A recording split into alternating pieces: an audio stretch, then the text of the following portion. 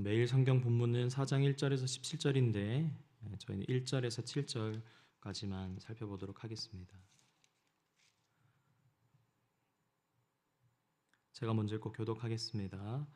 선지자의 제자들의 아내 중에 한 여인이 엘리사에게 부르짖어 이르되 당신의 종 나의 남편이 이미 죽었는데 당신의 종이 여호와를 경외한 줄을 당신이 아시는 바니이다. 이제 빚준 사람이 와서 나의 두 아이를 데려가 그의 종을 삼고자 하나이다 하니 엘리사가 그에게 이르되 내가 너를 위하여 어떻게 하랴 내 집에 무엇이 있는지 내게 말하라. 그가 이르되 계집종의 집에 기름 한 그릇 외에는 아무것도 없나이다 하니 이르되 너는 밖에 나가서 모든 이웃에게 그릇을 빌리라. 빈 그릇을 빌리되 조금 빌리지 말고 너는 내 두 아들과 함께 들어가서 문을 닫고 그 모든 그릇에 기름을 부어서 차는 대로 옮겨 놓으라 하니라. 여인이 물러가서 그의 두 아들과 함께 문을 닫은 후에 그들은 그릇을 그에게로 가져오고 그는 부었더니 그릇에 다 찬지라. 여인이 아들에게 이르되 또 그릇을 내게로 가져오라 하니 아들이 이르되 다른 그릇이 없나이다 하니 기름이 곧 그쳤더라. 함께 읽겠습니다.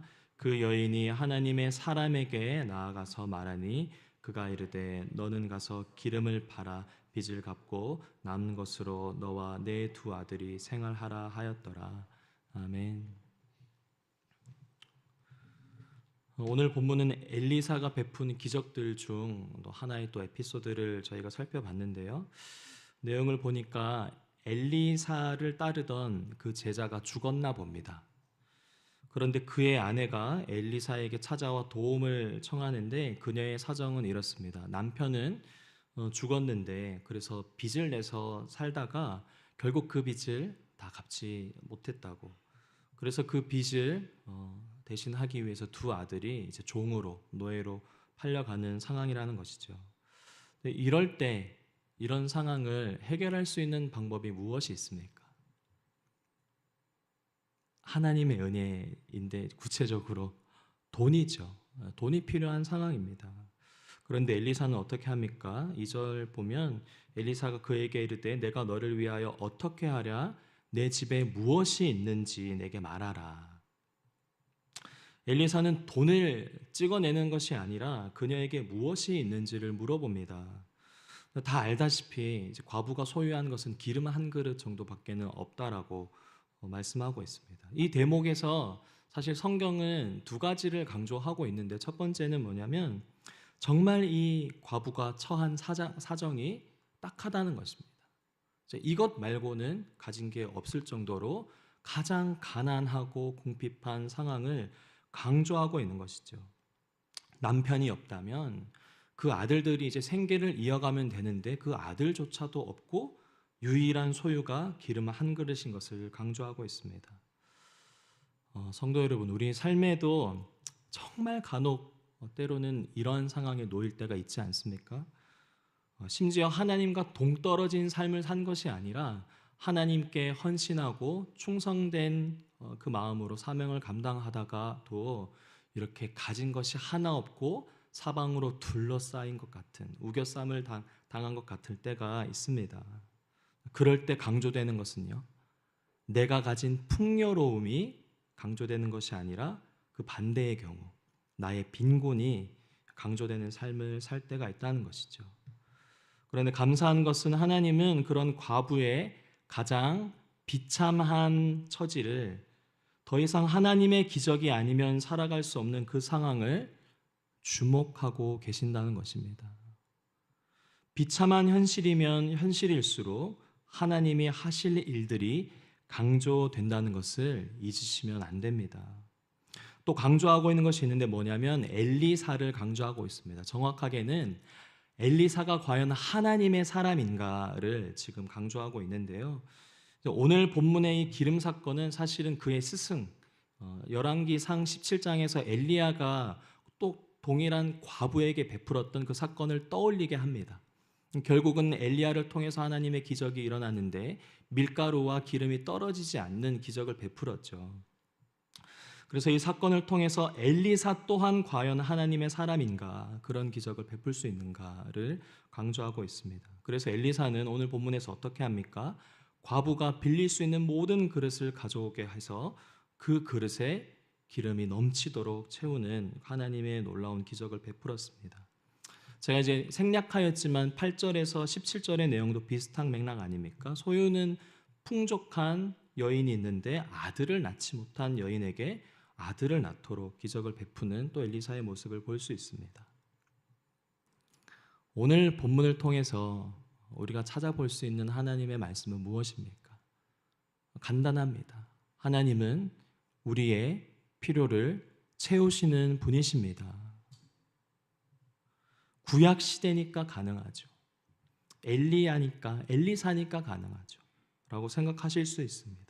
그런데 신약 시대에 예수님이 베푸신 기적은 어떻습니까?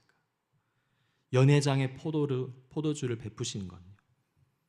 수천 명의 무리들의 그 먹일 것을 채우신 그 기적요. 뿐만 아니라 예수님의 제자들을 통해서 복음이 증거될 때 하나님의 놀라운 기적들이 함께 증거되지 않습니까? 2000년이 지난 교회의 역사들 속에서 우리가 다 알 수 없는 그 수많은 기적들이 있는데, 또한 그러한 기적들이 각 나라와 상황마다 시대마다 하나님의 사람들을 통해서 여전히 하나님은 우리의 필요를 채우시는 분이시다를 말씀하고 있습니다. 그 살아계신 하나님 아버지가 우리 모두의 공급자 되심을 믿으시길 바랍니다. 이제 어제 아내와 대화를 하다가 이제 이 설교 내용 때문이 아니라 이제 자연스럽게 하나님의 공급에 대해서 이야기를 하게 됐거든요. 결혼 생활을 다 둘러봤어요. 첫째 낳았을 때, 이제 아내가 첫 아기를 이제 뵀을 때, 그때 아내가 먹고 싶은 과일이 꼭 있었는데 꼭 기도하면 그때 들어주셨다는 거예요. 근데 둘째, 셋째도 있는데 둘째, 셋째에도 똑같은 방법으로 그렇게 하나님이 채워주셨을까요? 그렇진 또 않더라고요.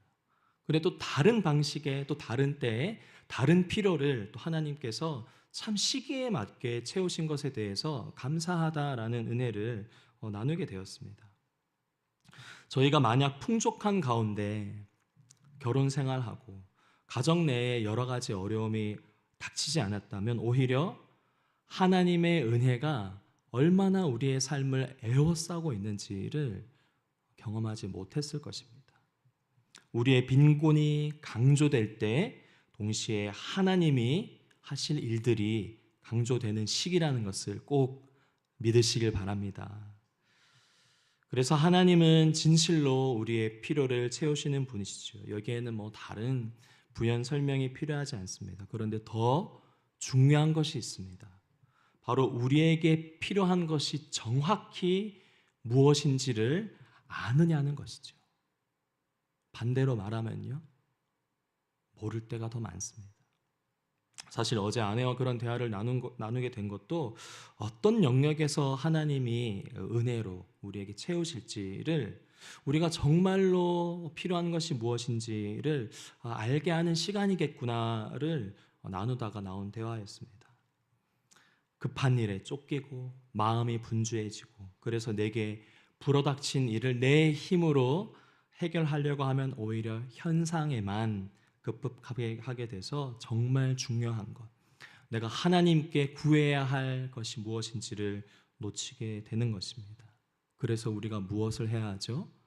성령으로 깨어 있어 기도해야 하는 것입니다. 그래서 말씀 앞에 서야 합니다. 그렇지 않으면 세상의 분주함과 유혹들에 휩쓸려 하나님 중심으로 사는 삶을 잃어버리게 됩니다. 진실로 하나님이 우리의 필요를 채우시는 분이심을 믿으시고, 우리의 빈곤이 강조될 때, 우리의 문제가 강조될 때 오히려 하나님이 강조되는 은혜의 때를 경험하시기를 예수님의 이름으로 축복합니다. 말씀과 기도로 특별히 이 어려운 시기 여러 가지의 소리와 방법들을 찾아가지만 하나님만이 우리의 공급자 되심을 오히려 경험하는 귀한 시간 되시기를 믿습니다. 제가 잠깐 기도하도록 하겠습니다. 공급자 되시는 하나님 아버지, 때를 따라 부어주시는 그 은혜들로 헤아릴 수 없는 수많은 은혜들로 여기까지 왔음을 고백합니다. 어려운 시기를 지나는 성도님들 계시다면 내 안에 한계를 넘어 일하시는 하나님을 바라볼 수 있도록 성령께서 지치고 연약한 마음을 붙드사 주님의 은혜로 채워 주시옵소서.